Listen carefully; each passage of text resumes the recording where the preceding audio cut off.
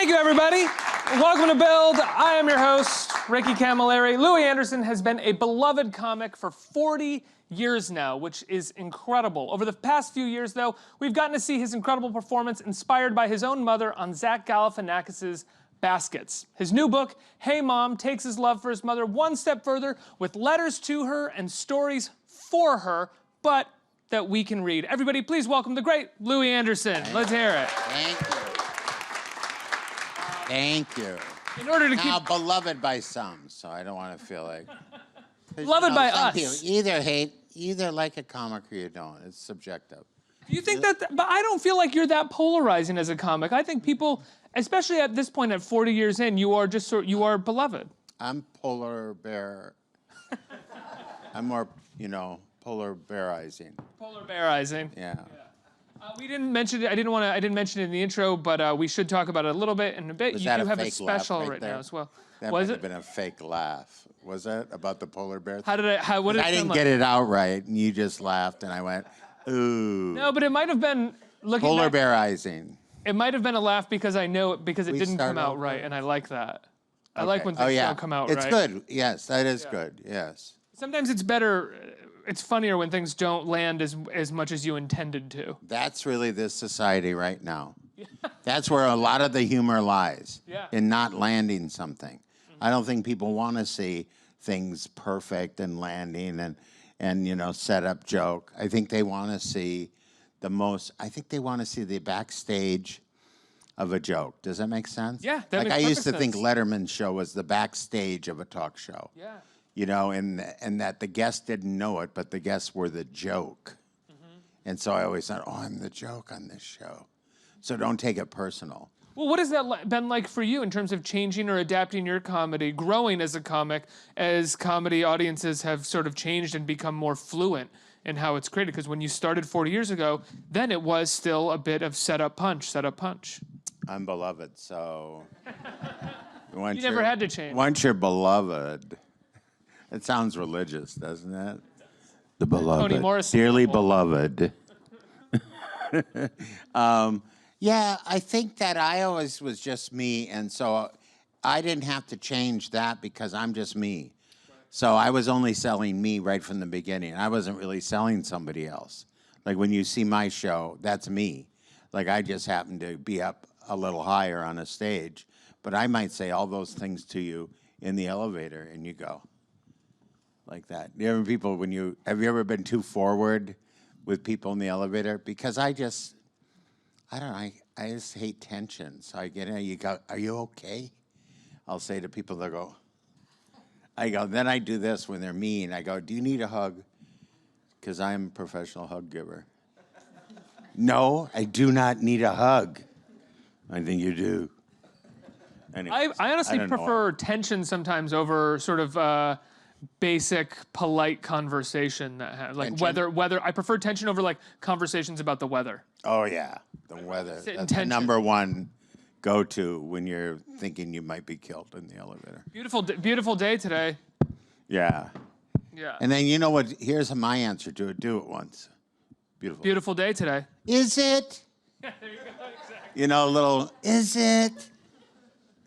That hostility that, is it? Anyway.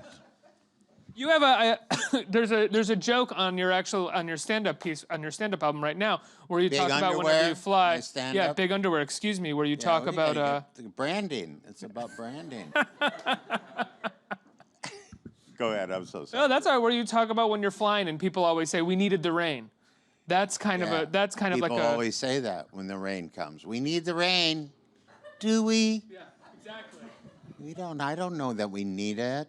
You're in a flood zone. You don't need the rain. I know the farmers need the rain. Then they'll pawn it off on the farmers. They need the rain.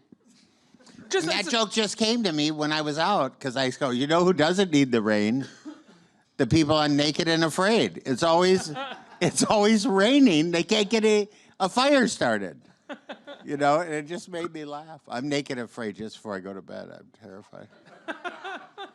Anyway. Let's talk about Hey Mom, stories from my mother, but you can read them. Boy, they touch this up beautifully, man.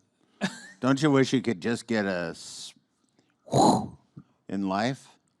When you get up and just they airbrush the hell out of you. What did you think when you first saw that? Beautiful. It creeps me out to some degree because I look better in that get up than this get up.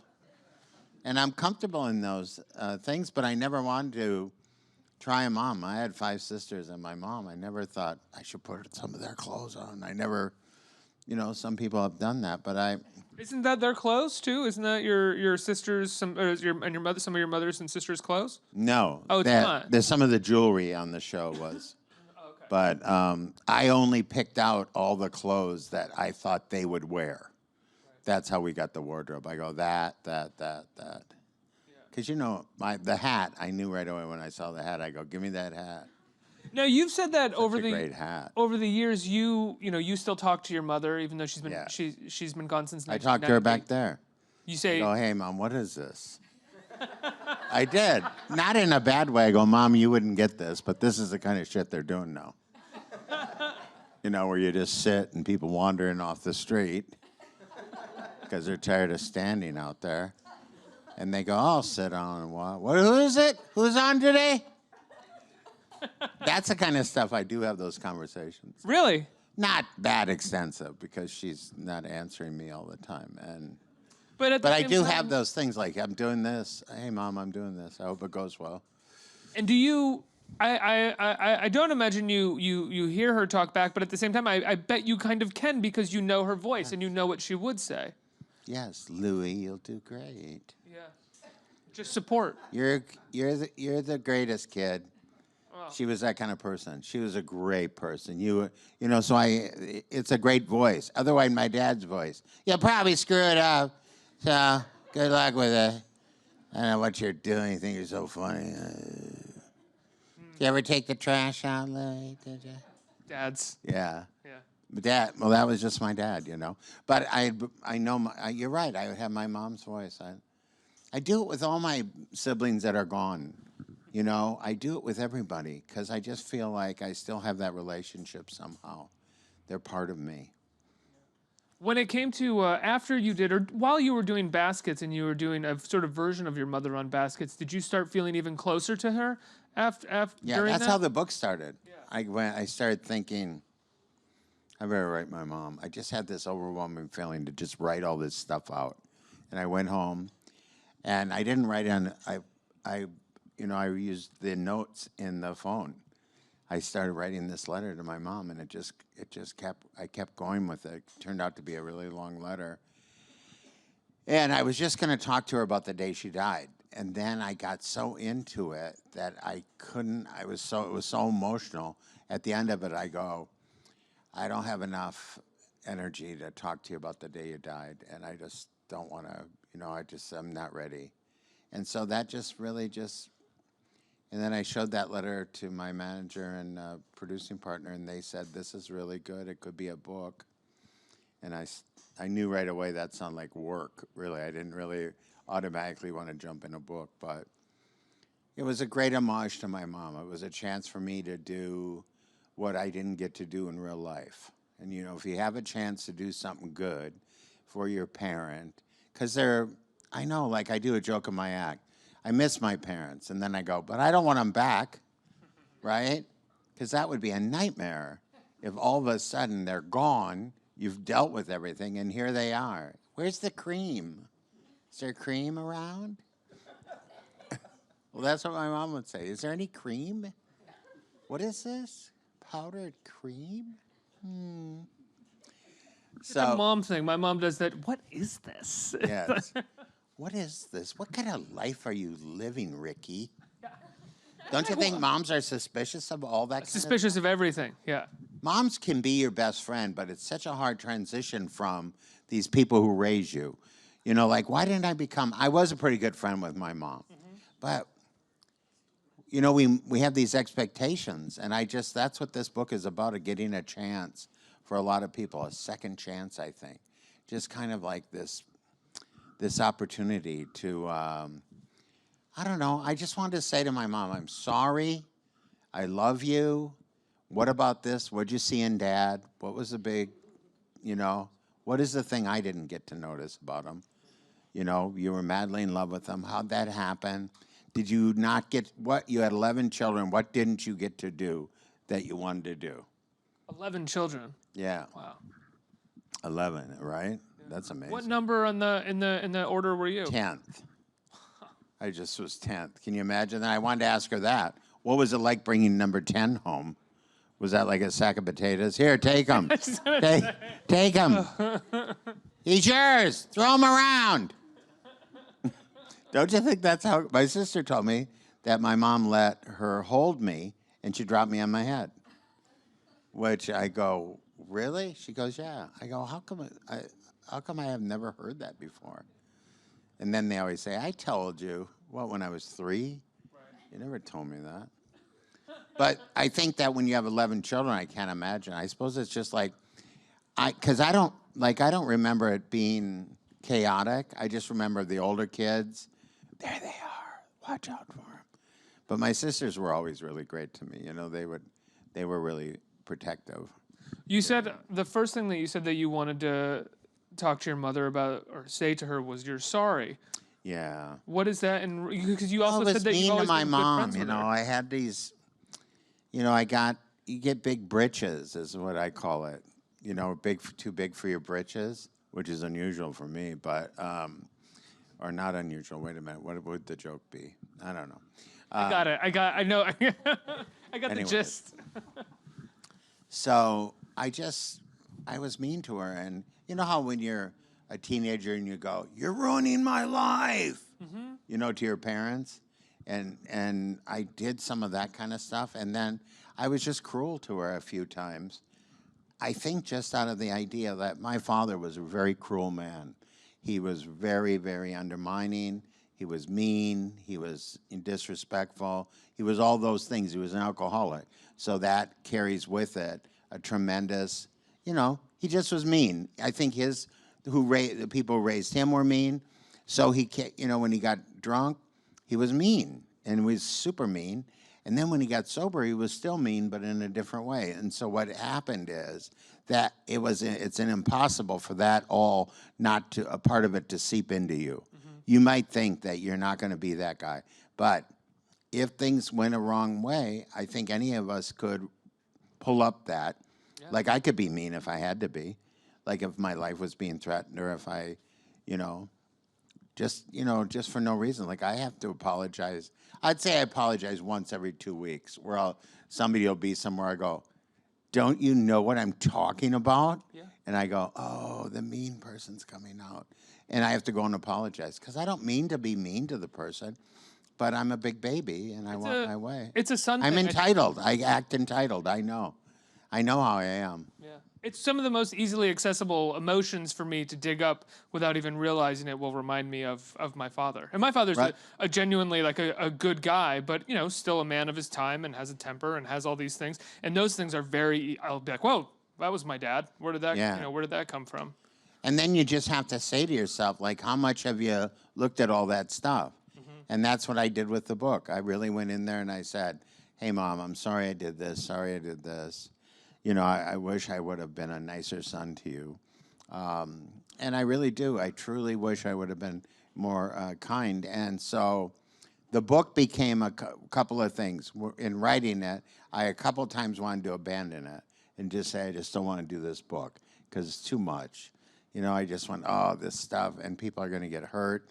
And I have to do it honestly. And so that's what was hard about the book. I had to write, I had to confront my mom about not leaving my dad in the book because I wanted to make her a real human being in it. I didn't want to paint this, cameo picture of her beauty and who she was because I just thought that wasn't real. There was a flaw in my mom or a reason that she could not leave my father or couldn't figure out how to, get out of that. And now I know that's timing and all those things, but you still have that question because that not being able to get away from your, a person who's really a monster, that affected all of us. And I needed to let her know that those things affected me. And so it was really kind of a post-mortem confession and psychoanalysis going on for me and my mom in the book, which was really good. Mostly, though, the book is a tribute, and the book is about. What I'm always amazed is I have like 300,000 fans in Turkey, Romania, and Poland for Life with Louie. And that's the exact family that I grew up in minus the abuse. There's some underlying stuff in there that you can tell the father was a mean or could be a mean character. So that translated to people. So I felt like what I wanted to do is I wanted to write an honest book to a parent for my selfishness to say I'm sorry and, to let my mom know how I felt and how much this role had affected me reaching out to my mom. But the other reason I wanted the book, and it's always the reason that I do everything, I wanted people to have the opportunity, if their parents are still alive, to become friends with their parents, because we just don't know always how do you become friends with your parents? Well, first of all, you have to take them out and spend some time with them and build that part of the relationship. Because if it's just you and them as a parent, you will not ever get to the stuff you want to get to, I don't think. I don't see how you can get to the thing, hey, Mom, what was your first disappointment? I think those things I just think they'll be so valuable for you and for your parent. So that's a big, motivation for me, is that, somebody will, have a better situation. Because if I would have been a better friend, I would have, I regret it. So don't regret it. Did you find that prior, the years leading up to 1990, were you becoming a better friend? Yeah, we were pretty close, my mom and me. Don't get me wrong. Yeah. We were cut from the same cloth. There is that period of time, though, where between 16 and maybe 20, 22. No, I think I was a prick sometimes to my mom when I became a celebrity. Like, I acted like an asshole several times. Yeah, because Do you have that tendency? Yeah. I think everybody, when everybody says nice things about you and they don't even know you, you start believing them, and they don't see a real picture of you. They just have an idea of who you are. I mean, I'm a complicated, frustrated, athlete. And I'm just kidding.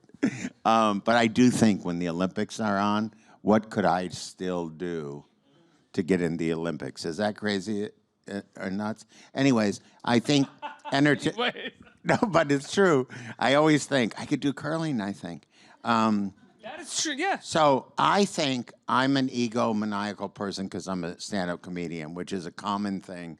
There are a lot of great egomaniacs that became entertainers and comics. And so when you're an egomaniac, I think you can do anything, and I think you think you're better than everything. And I don't think you think it like that. I don't go around going, I think I'm better than everything. I just start, not being human enough. And I think and that's why good things happen, like when you go on the Tonight Show. And I thought the first one was a great Tonight Show, and the second one, I kind of ate it. It was kind of a shitty Tonight Show. I go, shit, I bombed. Of course, I didn't bomb in the public's mind, but anybody who really knows stand-up comedy, they go, well, that wasn't as good as this first one. And so I think that what happens is it really is important for whatever you do to strive to be the best at it, because who are you doing it for except yourself? I mean, yes, for the public, but do it for yourself. You don't want to have an interview with somebody and leave there going, I didn't get enough stuff. And so I don't want to do a special. I don't want to do a performance that's half-assed, as my dad would say. What are you going to half-ass it? Yeah, I'm going to half-ass it. I would always want to say, but I never did because he's terrifying. And, so I think what happens is in where the public adores you in a sense, which is such a weird. I feel like I'm in a crib and you're coming by adoring me. Oh, you're so cute. And do you know what I mean when people say that kind of stuff? I think that you can get a false perspective of yourself, and I think you can be rude, curt, self-centered, egotistical, and people never think I'm like that because I really work hard at not being like that. But Your persona is not that. Yeah. yeah, my persona is not that, and I never want to be that. But at times, you know, I do feel like I am entitled and those kind of things. So I have to stay really on top of it. And what I was getting to was I was like that with my mom sometimes for no reason, just because I could be. And because, you know, your parents, you know, your moms can irritate you by just talking. Yeah. What are you talking about? Right? Yeah. Have you ever done that when you're, shut up, you're driving me insane.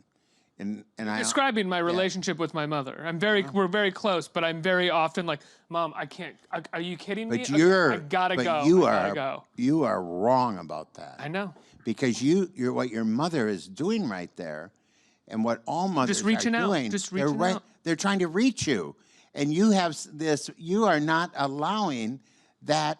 Like you have a great opportunity to do that with your mom, and it's so hard. Really hard. It's hard because you've judged her or you've put yourself in a position of, you know, like interviewing her instead of, I mean, I'm just saying. Yeah. And you think she doesn't have, but there's greatness in what she's saying underneath it. She's just trying to see if you're going to pay attention so she can get to that stuff, or if you're going to build a relationship with her to get to that stuff. Hasn't she put in enough time with you where she deserves that? Now listen, don't get me wrong. I think this is a really hard thing to do. Don't think I'm soft selling this. I'm 65 now, but I don't know that I would have been able to do this if I were sitting out there like you guys, and you're and thinking, how am I going to do this? I think it's hard. But I think that really the secret is you must carve as much time out for your parents of importance. What's important to you, you know? Like I always say to comics, work as hard on your act as you do to try to get laid and get drugs.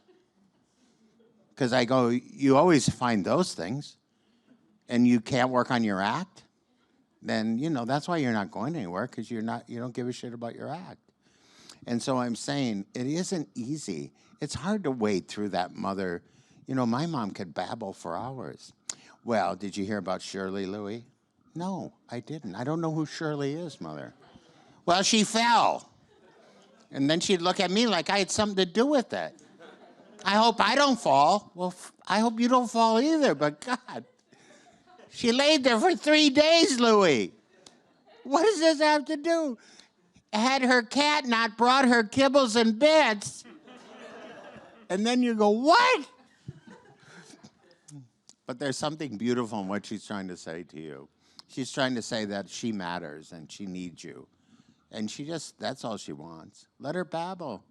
Start babbling back, I guess.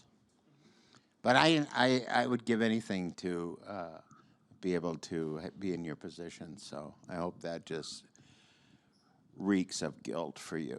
Oh, it does. You've put a knot in my throat. It's up here right now. I'm trying to push it back down. But you know what I really mean, right, Ricky? Yeah. That I really care about. I really want you to do it, because you'll really be happy at the end of it, and it will change all your relationships with everybody. Because, you know, we're all endemic. Our relationships that we have with everybody are based on those two people who relationshiped us up, you know, to begin with. Like, I'm either like, like my dad, or I'm like over interested in people. Mm-hmm. And so now I just really am trying to not be such a people pleaser, which is a comic's trait. I'm trying to be a little more like my dad. Yeah, it's interesting, huh? Fascinating. little more honest with yourself? A little more honest with them and myself, because, you know, honesty is really what we need right now. We need love, honesty, and more love. Should we get some questions from the audience? I wish we could. Less I'm running more late, audience. so I'm going to have to run out. Sorry. Hey, Louie, what's Hi. up? How are you? What's your name? I'm very good. I'm Chris. How Hey, are you? Nice to meet you. You look better in that way. No offense. I do. I don't mind. I don't take offense to it. So I'm going out with somebody I in like that the way that outfit. you present your mother in the Yes, book. thank you. And there is, for sure, there is some story that you never told, right? Yeah. So I don't know if it's possible to share with us something sad or emotional or happy that You mean remember that the I most. never told my mom? Sure. Yes. Is that what you mean, or a Yeah, story yeah. in the book? Which No, no, one? not in the book. Out of the book. Talking Oh. out of the book. Yeah, you know, like I was thinking, like, what couldn't I put in the book? What didn't I? You know, I think my mom's heartache with her family, I never really talked much about, like her mother and her father. Her father died of a heart attack at like 50 or something, or 60. And he was obviously somebody who really loved my mom, and he was a successful person. And her mother never got over that.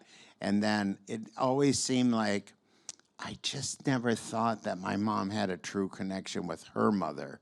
And so I never knew that like I know it now. I just thought, well, maybe they are close or whatever. But I guess I knew it inside, but I guess I didn't care, the truth is. So, yeah, that's something I wish maybe I would have touched on in the book a little bit. But, you know, there was so much stuff to, you know, it just didn't all fit in. But thank you for asking. How's your relationship with your mom? Oh, super. Super. She's like my best friend. Oh, see, this is what we're going for. Do you think that is different? Show off. Is that is that culturally? Do you think?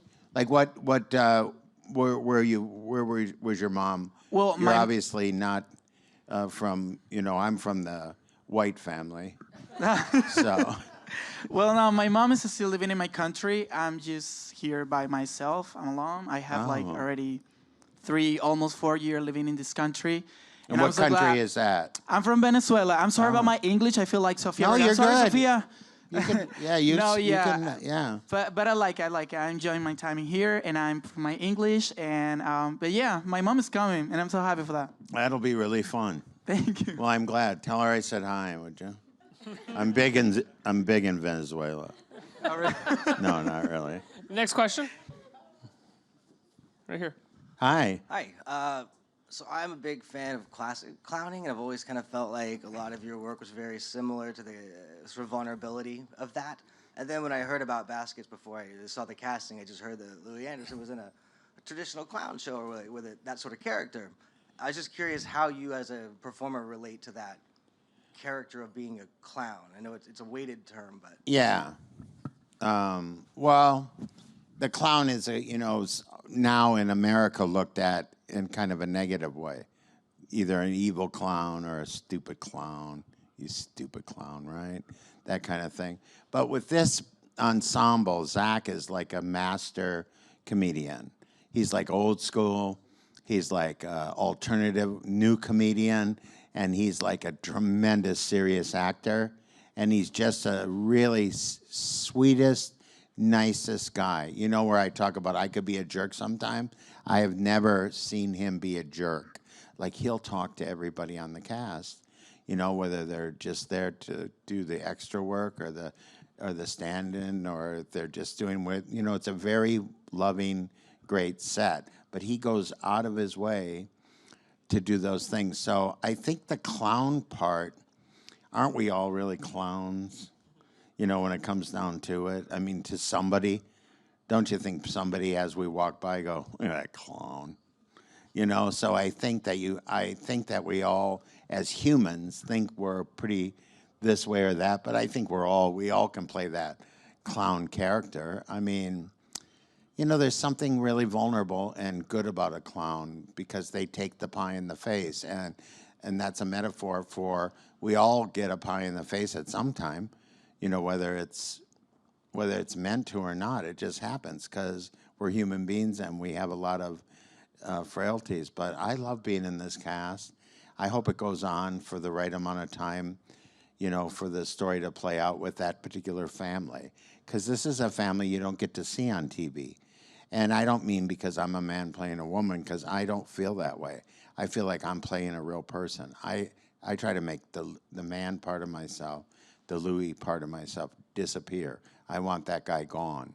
I really play this as Zach's mom. Like, I am very maternal about the whole thing.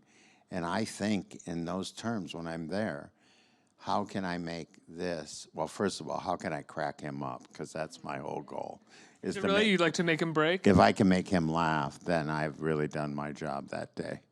You know, in fact, the very first scene, he's laughing into the cup, if you really look, in the very first episode. And so that was always my goal since then. Is he tough to make crack up? Yes, very hard. Both of us, you know, that's our goal. And, you know, because we're having fun, but also he's a tremendous human being. And he does all kinds of great things for people. And Martha was his friend for 20 years, and she didn't want to do the show. And he kept bothering her to do the show. And thank God, because Martha's so perfect for the show. And, you know, I don't know if I answered your question, but yeah, I don't mind being a clown. Next question. I think this is our last one. Thanks. Hey, Louie. Hey, what up? So I know you've written books before. I was wondering if the process for you was easier when you were writing, you know, this book as opposed to like when you were doing the other ones. Books are really easy to write until you have to. As soon as you've made, you know, like Dear Dad, I wrote in journals. And that was good. But then I had to go and rewrite, because writing's all about the rewrite. Like the first thing you write, you think that's going to fly? No, that's not. That's shit. I mean, I don't mean it in a mean way, but you didn't get it exactly right.